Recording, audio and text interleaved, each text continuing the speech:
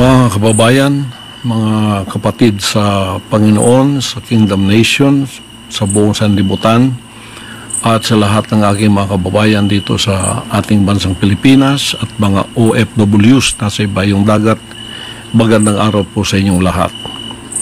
Ako po ay merong mensaheng ipaabot ngayon sa mga nangyayari sa ating bansa at nangyayari po sa akin, sa KOJC, at sa lahat ng mga pangyayaring itong hindi natin inaasahan na ito'y mangyayari ngayon sa ating bansa. Hindi ko po inaasahan na aabot sa ganito ang mga pangyayaring ito, na aabot ako sa ganitong klaseng panahon na ang mismong umuusig sa akin ay ang aking sariling bansang Pilipinas. Mga kaibigan at mga kababayan, ito pong aking kinakaharap ngayon. Paliwanag ko po sa inyo, ako po ay hindi nagtatago sa kasong ito dahil ako po ay may kasalanan. Hindi po.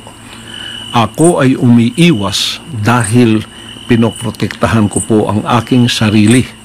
Bakit ko pinoprotektahan ang aking sarili? Sapagkat ang lahat po ng nangyayaring ito sa kasong ito, na napakasimple lamang po ng kasong ito.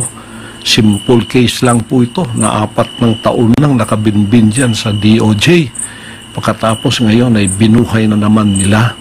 Pagkatapos ito ang ginagawa ngayon na sangkalan upang ako ay kanilang habulin. Mga kaibigan at mga kababayan, umiiwas po ako sa pangyayaring ito dahil hindi po katulad ang kasong ito ng kanila ni Congressman Tebes at ni General Bantag. Hindi po. Si General Bantag at si Tebes ang kumakalaban po sa kanila ngayon na tumahabol ay ang gobyerno lamang ng Pilipinas. Ang sa akin po ay complicated, sapagkat meron po akong ginawang kaso sa Amerika. Ang gumawa ng mga kasong ito ay yung pong mga magnanakaw dito sa bansang kaharian na nung sila'y nahuli, lumayas at nag-iwan ng kaso kasi mga abogado po yung dalawa doon. Pagkatapos iniwan nilang kasong ito na ginamit nila itong alias Amanda para ako po ay magkaroon ng kaso dito, at dinamay pa yung 5 kong kasamahan na puro inosente. Pagkatapos po pumunta sila ng bansang Amerika, ay gumawa na naman po ng kaso doon. Pagkatapos pinaniwalaan naman sila ng bansang puti, sapagkat meron din siguro silang interes sa akin at sa paglago ng bansang kaharian sa Amerika, kaya nagkasundot, nagkasabwat sila, kaya nagkaroon po kami ng kaso sa Amerika. Hindi po namin gawa yun, gawa po nila yun. Pagkatapos nito, hinarap po namin ang kasong yun sa Amerika, 43 counts, kumuha kami ng 22 abogado doon at hinarap ang kasong yun na meron na pong sagot ang lahat ng kanilang mga inakusa sa amin. Naghihintay na lang kami ng panahon kung kailan yun ang trial mangyayari. At tagtatatlong taon na nilang pinopostpone. At least ngayon po November 5 matutuloy na. Kaya sila po ay wala ng ingay doon sa Amerika, sapagkat ito ay naharap na po ng aking mga abogado. Ngayon, naging complicated po ang aking sitwasyon dito sa bansang Pilipinas mulang nanalo si Bongbong Marcos at naging presidente siya. Nang pumunta siya ng bansang Amerika, nagbago na po ang ihip ng hangin, kasi nung bumalik siya rito, kaibigan na niya ang bansang puting Amerika, kaibigan na po niya ang bansang ito, at inopen na niya ang Pilipinas. Kaya nagkaroon tayo ng mga Amerikanong marami dito. Nandiyan na yung EDCA, at hindi lamang po yun na naging open, pati po ako, ang kaso ko ay naging complicated dahil isinama na po sa sitwasyon na mga puting yan ay naririto, at ako po ay hiningi na nila sa kamay ng rehimeng Marcos. Kaya noong December 21 o 22, nagkasundo na po yung dalawang yan. Ang rehimeng Marcos, si Marcos mismo, at ang at ang FBI at CIA nagkasundo na po na ako'y ibigay sa kanilang kamay. Ibigay ni Marcos ako sa kamay ng mga puti. At mula noon, under surveillance na po ako dito sa aking sariling bansa. Diyan sa aking mga compound, meron ng mga drones, araw at gabi. Gawa po ng mga puti yun. Pagkatapos po, naghanda kami kasi ayaw po nila ang tinatawag na extradition. Kasi may extradition treaty tayo. Yun ang legal na paraan para ako ay humarap sa kaso doon sa Amerika using my constitutional rights. Ayaw nilang dumaan doon sa prosesong yon na legal sapagkat magiging matagal daw. Ngayon, mga kaibigan at mga kababayan, bakit po ako ay under surveillance ng mga puti? Kasi ang gusto po nila ay rendition, yung extraordinary rendition, maaring kidnapping at maari pong assassination. At mayroon pa po akong patong na $2 milyong sa ulo ko. Ibig sabihin, 110 million pesos ang reward o ang award noong pwedeng humuli sa akin o kaya pwedeng gamitin para ako ay mapasakamay nila ng mga puting ito. Kaya naging complicated po ang kasong yan sapagkat nung nalaman naming extraordinary rendition ng kanilang gagawin na lulusubin kami na illegal sa aming mga compound, nakita po ninyo naghanda na kami. Araw at gabi ay meron po kaming paghahandang ginagawa na anumang oras na kami lusubin illegally, kami po itatayo sa aming mga paa, tatayo at ipagtatanggol namin ang aming sarili at ang aming mga propriedad na gusto nilang lusubin at gusto nilang by force papasok po sila upang gumawa ng extraordinary rendition. Yan po ay pinatotohanan noong February nung dumating yung 4 kong abogado dito at sinabing ganun nga ang kasunduan nitong rehimeng Marcos at ng mga puting ito na FBI o kaya CIA. Kaya po kami naghanda sa compound namin sa Tamayong, compound sa Davao, compound kahit saan. May mga drones po. Drones yon ng mga puti na nagsusurveillance sa amin. Nung nakita nilang kami handang-handa para harapin sila sa mga illegal na gagawin nila araw man o gabi, ang ginawa po mga kaibigan, pumasok itong playbook nila na noong pang November ay sinabi na ni Maharlika at ng ating VP na tatrabahuin nila ako. Tatrabahuin nila ang kingdom at tatrabahuin nila ang SMNI. Kukuhanin ng prangkisa. At yung mga workers ko, active man o hindi, bibilhin po nila at gagawa sila ng mga kaso laban sa akin na puro kasinungalingan. Diyan na po pumasok ang Kongreso at ang Senado. Kongreso po, walang dahilan. Pinatatawag, pagkatapos ang kanilang playbook ginawa na kukunin o kaya iligwak ang prangkisa ng SMNI. Lahat po ng pangyayari doon, puro murmuron lang po yun. Pagkatapos ako, pilit nila akong pinaaten kahit nakita nila sa mga dokumento na hindi po ako kasali na sa mga opisyal ng SMNI. Pero pinipilit pa rin nilang ako ay pumunta doon. Bakit? Yun po ay patibong. Sapagkat pag anytime pumunta ka doon, siguradong ang endgame ay pupunta ka sa kamay ng mga puti. Extraordinary rendition pa rin. Sa sarili ko ang lugar, gusto nila akong pasukin. Lalo na kung pupunta na ako doon. Iko-contem ka, pagkatapos dadalhin ka doon sa kanilang presuhan, pagkatapos naghihintay na roon ng mga puti para ibigay ka sa kanilang kamay. Ganon din po diyan sa Senado. Bakit gumawa ng senaryo yan si Risa Hontiveros? Nagbayad sila ng mga bayarang mga former worker na mga sinungaling na mga witnesses. Nakita na po yan at nadamay sa kasinungalingan si BP Sara at ang ating Pangulong Duterte. na puro kasinungalingan ang pinagsasabi nila. At pinipilit ako ni Risa Contiveros na umaten sa moro-moro at bogus ng mga hearing na yon. Bakit po? Isa ring patibong yon, mga kaibigan at mga kababayan.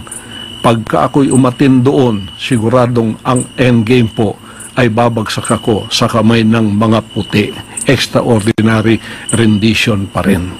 Nung hindi po nila magawa yun, kahit may mga warrant of arrest na sila, sapagkat hindi ako ma-attend sa kanilang mga hearing, kasi pinoprotektahan ko yung sarili ko, kasi alam ko ng lahat ng ito ay patibong lamang upang ang endgame ay magawa nga nila na ako ay ilagay sa kamay ng mga puti, sapagkat ang ating pong gobyerno at ang gobyerno ng mga puting ito ay nagkasabwatan na nga, hawak na nga sa liig ang ating gobyerno rito, kaya itong mga operatibang ito ay ginagamit na lamang, whether they know it or not, kapag ginagamit na nilang batas laban sa akin upang ako ay kanilang mahuli, upang ako ay kanilang madampot at ibigay na sa kamay ng mga puti. Yun po ang endgame dyan. Extraordinary rendition pa rin yan. Yung sinasabi nilang wala akong hold departure order, pagkatapos sasabihin nilang maging madugo kung sila'y papasok dito sa aking compound, yun po yung mga patibong din. Ang ibig lang sabihin, umalis ka dyan kasi magiging madugo.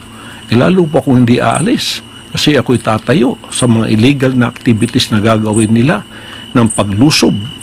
Sabi nila wala na ka namang hold departure order. Ang ibig sabihin, pwede kang lumabas ng bansa. Patibong din po yun, sapagkat sa immigration pa, doon ka na huhulihin at ilalagay ka sa kamay pa rin ng mga puti.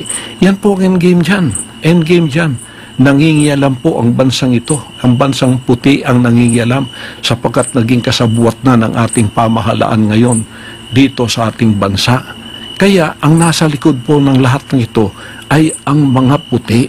Ang mga drones na yan, surveillance na yan, CIA po yan, mga FBI po lahat yan. Ayaw nilang dumaan sa prosesong tama. Gusto nila extraordinary rendition. Bakit po?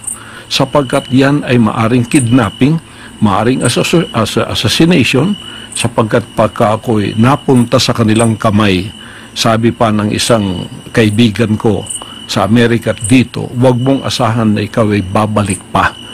Mababalitaan na lang namin na ikaw ay namatay sa pamamagitan ng natural causes na tulad ng heart attack. Ganyan ang mangyayari sa iyo. Playbook po yan. Playbook po yan.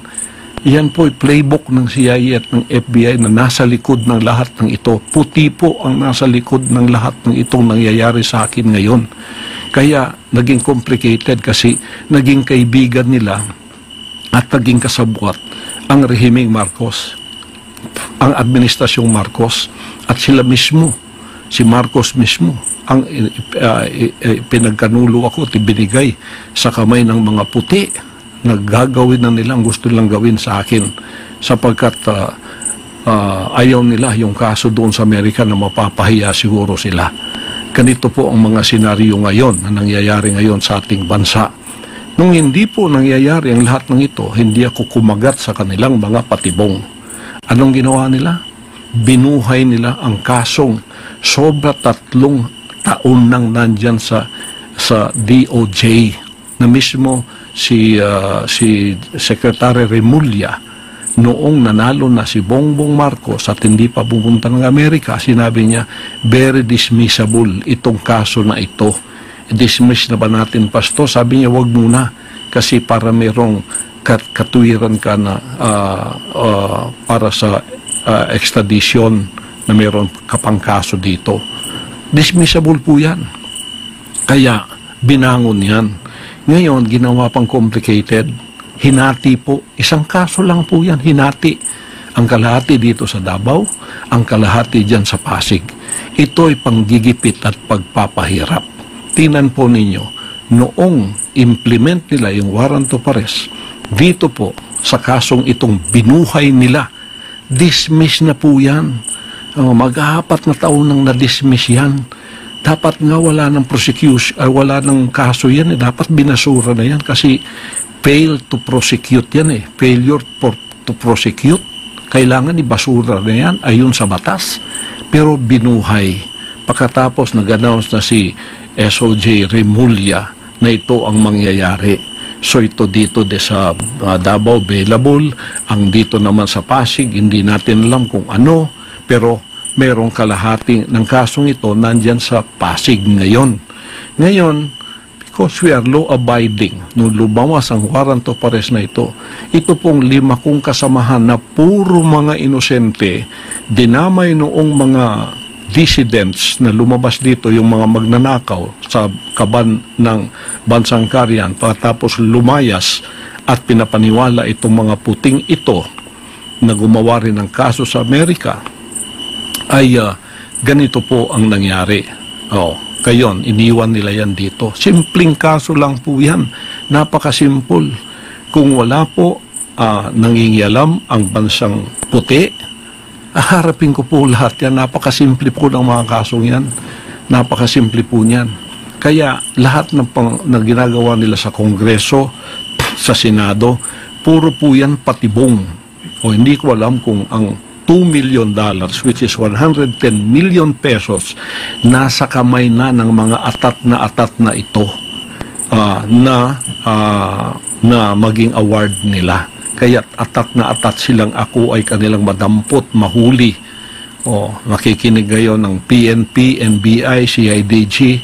Baka hindi niyo alam ang mga bagay na ito, na kayo ay sumusunod lamang at hindi nyo alam ang mga bagay na ito na sinasabi ko. Dapat malaman ninyo na itong kaso kong ito complicated sapagkat 2 bansa ang nagkasabwat.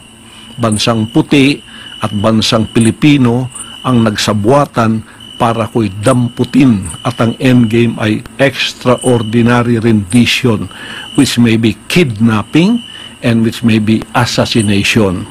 At ako ay very inclined na assassination talaga ang mangyayari, sapagkat para bang iniisip nilang ako ay mayroong kinalaman sa politika dito at ako'y hadlang sa kanilang mga plano na politikal. Ay hindi ko po kasalanan maging kaibigan ko si Pangulong Duterte. Bata pa po kami, magkaibigan na kami. Prosecutor pa lang siya, magkaibigan na kami. Hanggang ngayon, hindi ko po kasalanan yun, hindi rin niya kasalanan yun. Bakit ninyo ginagawang kasalanan para sa amin yan? Hindi ko rin kasalanan naging politiko siya, at hindi ko rin kasalanan na ako ay naging isang ministro ng kingdom at lumago sa buong sanlibutan. Hindi ko rin kasalanan yun. Ngayon, ginagawa ninyong kasalanan sa amin yun, problema po ninyo yun. Ngayon, ako po ay hindi nagtatago sa kasong itong napakasimple. Malayo po yun. Kayang-kaya ko pong harapin yan. Kaya ko nga harapin sa Amerika kung dadaan lang sila sa tamang proseso. O ito pang sa aking sariling bansa. Naging complicated po ito sapagkat ang lahat ng ginagawa nilang ito, patibong po. Bakit ginawa nilang available dito sa Davao? Para ko'y lumitaw at pumunta doon. Tapos naghihintay yung sergeant at arms na may warrant of arrest. Dadalhin din ako sa Maynila. Pagdating doon, yun po ang endgame. Extraordinary rendition pa rin. Babagsak pa rin ako sa kamay ng mga puti. Gusto ko bang o hindi? Dito nga sa aking compound, sinusurveillance ako kung paano nila akong pasukin. Lalo na kung akong kusang loob pupunta doon na para kang manok na pumunta sa bitag na alam mong bibitagin ka. Kaya hindi po ako nagtatago ng dahil sa ako'y may kasalanan o kaya ang aking mga kasamahan na kawawa naman. Tingnan ninyong ginawa sa kanila o pinasuot ng orange na para bang may mga kasalanan na sila. Sapagkat yan ay proseso, nagpapasakop po kami, law-abiding po kami, for nation building po ang aking pakay. Ang aking pong ministry mapayapa. Walang nangingialam po. Kami ay tumutulong sa ating bansa. Alam po ninyo lahat yan. Hindi ko na dapat i-explain lahat sa inyo yan. Ngayon, bakit po ako ay hindi pupunta doon? Simple lamang po yan, available pagkatapos, simpleng kaso pa. Pero ang endgame, dadalhin ka rin sa Maynila. Dadalhin ka rin doon. Hindi ka nila mapapunta doon sa Senado. Ganito yung kanilang endgame. doon pa rin ang bagsak ko. Ang katapusan, extraordinary rendition pa rin. Babagsak pa rin ako sa kamay ng mga puti.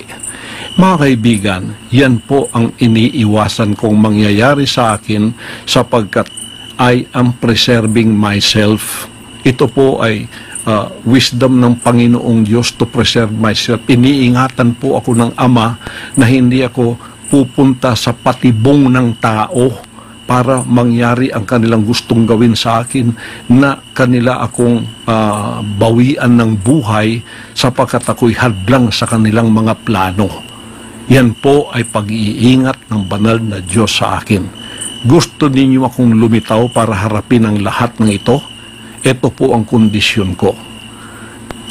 Bigyan ninyo ko ng garantiya na hindi mangingialam ang mga puti sa kasong ito sa Pilipinas.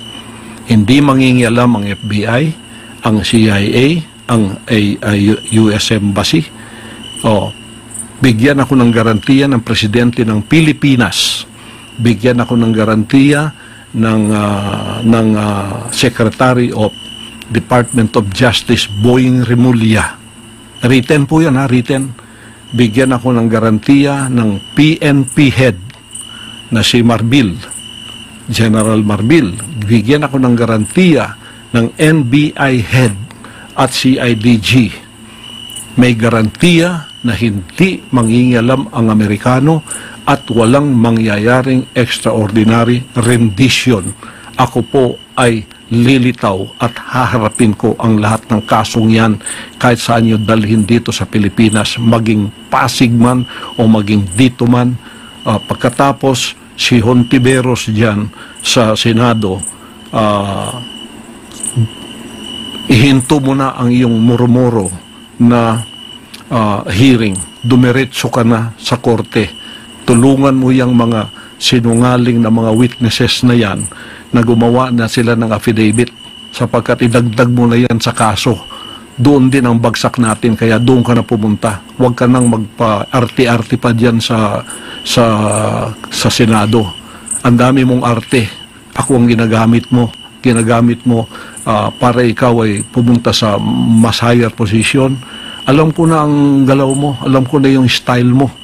Puro sinungaling ang kasama mo. Sa sino ka? Kung ikaw kumuha ka ng sinungaling na mga witnesses, ano ka? Di ba sinungaling ka rin?